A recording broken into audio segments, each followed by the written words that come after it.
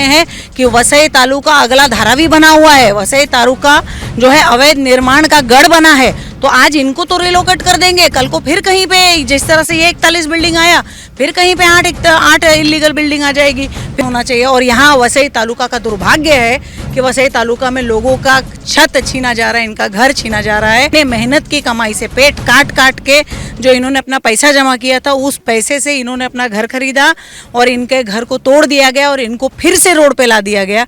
परंतु मच्छरदानी देना, ब्लैंकेट देना, जीवदानी ट्रस्ट से खाना देना ये सोल्यूशन नहीं है। इन लोगों को एक परमानेंट सोल्यूशन मिलना चाहिए। कितने दिन तक ये लोग इसी तरह से रोड पे रहेंगे? नमस्कार, हमारे साथ इस वक्त मौजूद हैं एडवोकेट नेहा दुबे जी। मैम, यहाँ पर 41 बिल्डिंगों का डेमोलिशन चल रहा है, बड़ी कार्रवाई चल रही है और 7 बिल्डिंगों को तोड़ दिया गया है और सैकड़ों लोग बेघर हो गए हैं और लोग अभी कड़ाके की ठंड में बाहर हैं। इस पर आप क्या कहेंगे?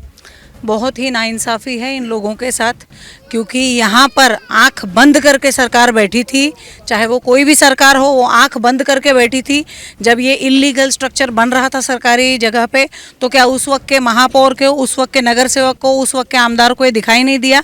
आज 10 साल बाद, 15 साल बाद इन लोगों को बेघर किया है। और आप देख रहे हैं कि सब लोग जो है लेबर क्लास के लोग हैं। ये लोग दिन की दिहाड़ी का काम करते हैं, ये लोग लेबर का काम करते हैं। ये लोग जाते हैं 600 रुपये दिन भर के काम के लिए, 700 रुपये दिन भर के काम के लिए। जब कुछ काम नहीं मिलता है तो 300 रुपये दिन पे काम के लिए, आधा दिन के लिए जाते हैं। और ये लोग उस हिसाब से जीने वाले लोग हैं। उसमें भी जैसे तैसे करके इन्होंने यहाँ पे कमरा खरीदा था और इस कमरे को इनके कमरा खरीदने के 10 से 15 साल बाद तोड़ा गया है। तो इनके दिल पर क्या बीत रही होगी? आज इन्होंने अपने मेहनत की कमाई से पेट काट काट के जो इन्होंने अपना पैसा जमा किया था, उस पैसे से इन्होंने अपना घर खरीदा और इनके घर को तोड़ दिया गया और इनको फिर से रोड पे ला दिया गया। तो आज इनके मन पे क्या गुजर रही होगी? तो मेरा आप सभी चैनल के माध्यम से सिर्फ हाथ जोड़ के रिक्वेस्ट है सरकार से कि इन लोगों को इमीडिएटली कहीं पर रीलोकेट करे। इन लोगों को इमीडिएटली, जैसे हमारे विरार में माड़ा है, सुरक्षा सिटी है, वहाँ पर इन लोगों को इमीडिएटली फ्लैट्स में रीलोकेट करे। जैसे हम लोगों ने कोविड के काल में देखा था कि वरुण इंडस्ट्रीज़ के अंदर लोगों को शिफ्ट किया गया था, तो उसी तरह से पहले तो क्योंकि यहाँ पर मच्छर है, मच्छर के वजह से इनको मलेरिया, डेंगू, अन्य कई बीमारी होने के चांसेस है। और इस तरह से रहना, बिना शौचालय के, बिना रहने के तरीके से, एक तरफ हमारे देश के प्रधानमंत्री सपना देखते हैं कि हर घर में शौचालय होना चाहिए, हर घर को खुद का उनका आवास होना चाहिए। और यहाँ वसई तालुका का दुर्भाग्य है कि वसई तालुका में लोगों का छत छीना जा रहा है, इनका घर छीना जा रहा है। चाहते तो जो 35 गुंठे के बाजू में जो दूसरी सरकारी ज़मीन है, उसके ऊपर इन लोगों को SRA स्कीम लागू करके इन लोगों को एक बिल्डिंग बनाकर इन सबको शिफ्टिंग की करके दिया जा सकता था। तो मेरा सरकार से यही निवेदन है कि इन लोगों को इमीडिएटली शिफ्ट करे, क्योंकि आज माँ जीवदानी माता की कृपा से यहाँ पर जो है लोगों को खाने की व्यवस्था तो हो गई है जीवदानी ट्रस्ट द्वारा, परंतु ऐसे परिस्थिति में रहने के लिए आज हमने ब्लैंकेट का वितरण किया। तो हमने इनसे पूछा कि आप लोगों को और भी कुछ चाहिए, तो इन लोगों ने कहा मच्छरदानी की चाहिए हमको।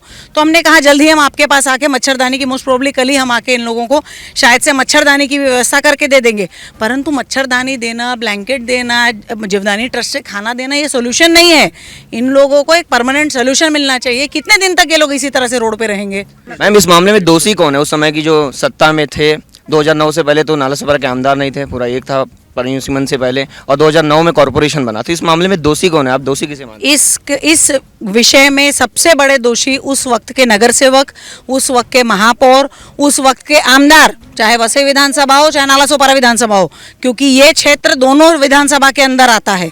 तो उस वक्त के आमदार, मतलब कि विधायक जिसको कहते हैं, उस वक्त के MLA, महापौर, मेयर और उस वक्त के नगर सेवक और यहाँ पर बैठे प्रशासन, उस वक्त के जो असिस्टेंट कमिश्नर रहे होंगे इस प्रभाग समिति के, हर एक लोग दोषी है। और मेरे हिसाब से उस वक्त के जो भी कमिश्नर रहे होंगे, प्रभाग समिति के जो भी अधिकारी रहे होंगे, सबकी जांच करानी चाहिए, सबकी प्रॉपर्टी की जांच होनी चाहिए। और अगर उनके पास एक्स्ट्रा मिले तो उनका प्रॉपर्टी जब्त करके इन लोगों को सॉल्यूशन निकाल के देना चाहिए। 15 साल बाद नालासोपारा में बीजेपी का आमदार बना है, क्या इन्हें इंसाफ मिलेगा इसके बाद? डेफिनेटली मुझे ऐसा लगता है कि जिस तरह से नालासोपारा विधानसभा में हमारे एक सक्षम नेतृत्व आप देख रहे हैं, इनके राजन नाइक के नेतृत्व में आप देख रहे हैं। और मुझे ऐसा लगता है कि कल जब शपथ विधि होगी उसके बाद डेफिनेटली इन लोगों का जो है सॉल्यूशन निकलेगा, क्योंकि उन्होंने स्वयं कहा है कि मैं इसके लिए कुछ ना कुछ करूंगा। और जिस तरह से हम लोगों को इनकी अवस्था देख के पीड़ा हो रही है, मुझे लगता है शायद उनको भी ये देख के पीड़ा होगी और वो डेफिनेटली सरकार तक ये बात लेके जाएंगे। यहाँ के भाजपा नेता जो मनोज बरोट है, उनका कहना है कि अधिवेशन में हम इसे मुद्दा उठाएंगे, जो तीनों विधायक हैं एसआईटी का गठन कराएंगे या जांच कराएंगे, इस विषय पर ये भी जरूरी है, क्योंकि इस विषय पर प्रश्न उठना जरूरी है। क्योंकि इन लोगों को देखिए, आप रिलोकेट कर देंगे, लेकिन आप देख रहे हैं कि वसई तालुका अगला धारावी बना हुआ है, वसई तालुका जो है अवैध निर्माण का गढ़ बना है। तो आज इनको तो रिलोकेट कर देंगे, कल को फिर कहीं पे जिस तरह से ये 41 बिल्डिंग आया, फिर कहीं पे 8 इलीगल बिल्डिंग आ जाएगी, फिर कहीं पे 11 इलीगल बिल्डिंग आ जाएगी। तो सबके लिए क्या कर पाएंगे? तो इस तरह से जो इलीगल का जो एक कॉन्क्रीट का जंगल जो वसई तालुका में बना है, इसका विषय उठना बहुत ज़्यादा ज़रूरी है।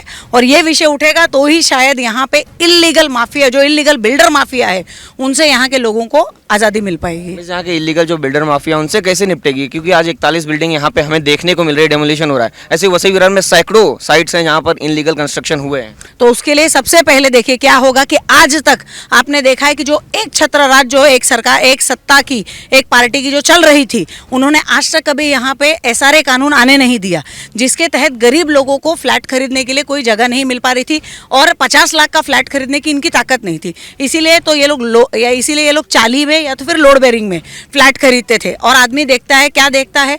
घरपट्टी देखता है और लाइट मीटर देखता है। घरपट्टी जो कि महानगर पालिका से मिल रही है, लाइट मीटर देख के इन लोगों ने फ्लैट खरीद लिया कि हमारा फ्लैट लीगल है। और उसी बेसिस पे अगर यहाँ पे SRA कानून लागू होता है तो इन सबको, जिन जिन ने लाइट बिल भरा है, जिन जिन ने घरपट्टी बिल है, सबको SRA कानून के तहत इन लोगों को शिफ्टिंग मिल सकती है। मैं सब नाला सुपारा वसई में भाजपा का आमदार है, क्या SRA कानून वसई विरार नाला सुपारा में आएगा? जी, वही तो मैंने कहा कि अगर ये विषय सरकार तक जाएगा तो डेफिनेटली, आज आप देख रहे हैं कि जिस तरह से पहले दिन 7 बिल्डिंग टूटी, जो मेगा कार्रवाई हुई, उस कार्रवाई को देख के सबका दिल डर गया था कि यहाँ पर क्या होगा। लेकिन अब आपने देखा, ऑब्वियसली भाजपा की सरकार होने की वजह से कार्रवाई रुक गई। आपके हाथ पे कीड़ा है, तो आपने देखा कि किस तरह से कार्रवाई रुक गई। उसके अलावा अभी अगर आप देख रहे हैं तो ये कार्रवाई रुकने का कारण ही वही है, जैसे ही कल शपथ विधि होगी, शपथ विधि होने के बाद शायद अगर हमारे आमदार जी चाहे और ये जाए, एक GR पास करा के ले और इन लोगों को इमीडिएटली शिफ्टिंग का आदेश करा के ले, तो ये लोगों को तुरंत राहत मिल जाएगी।